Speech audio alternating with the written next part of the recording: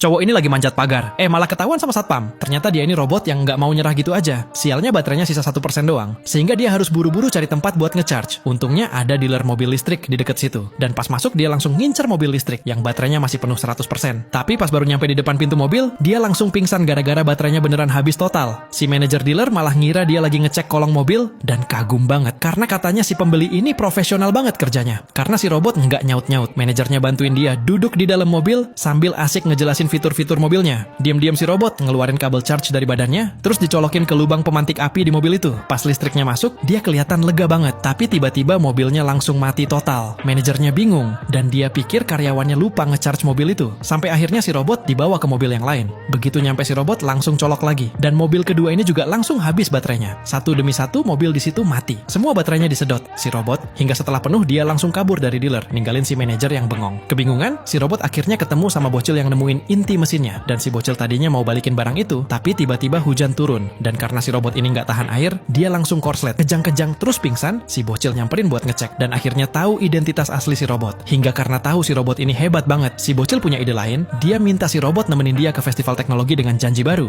Setelah itu dia bakal balikin inti mesinnya. Begitu nyampe di sana, si robot langsung ditantang oleh bapak-bapak yang pamer jago masukin bola basket 3 angka. Si robot nggak mau kalah, dan dia ambil sederet bola basket terus dilempar asal-asalan saja sampai semuanya masuk dengan sempurna. Anak-anak langsung sorak kegirangan. Dan di lomba-lomba berikutnya, si robot bantuin si bocil ini jadi bintang sekolah. Pas lagi lomba nerbangin pesawat si bocil malah rusak dan berasap. Si bocil sedih banget terus lari ke pinggir laut dan dia coba benerin sendiri, tapi malah nggak sengaja kecebur ke laut. Si bocil nyoba nyelamatin pesawatnya, tapi dia sendiri nggak bisa berenang. Si robot langsung lari nolongin. Meskipun sistem keamanannya sebenarnya udah ngasih peringatan karena air bahaya buat dia, tapi si robot nekat ngelepas chip keamanannya demi nyelamatin si bocil, hingga akhirnya dia berhasil bawa si bocil ke darat sebelum badannya bener-bener korslet. Sekarang dia harus balik ke masa depan secepatnya, dan sambil nangis si bocil masang kembali chip keamanannya buat nganterin si robot pulang.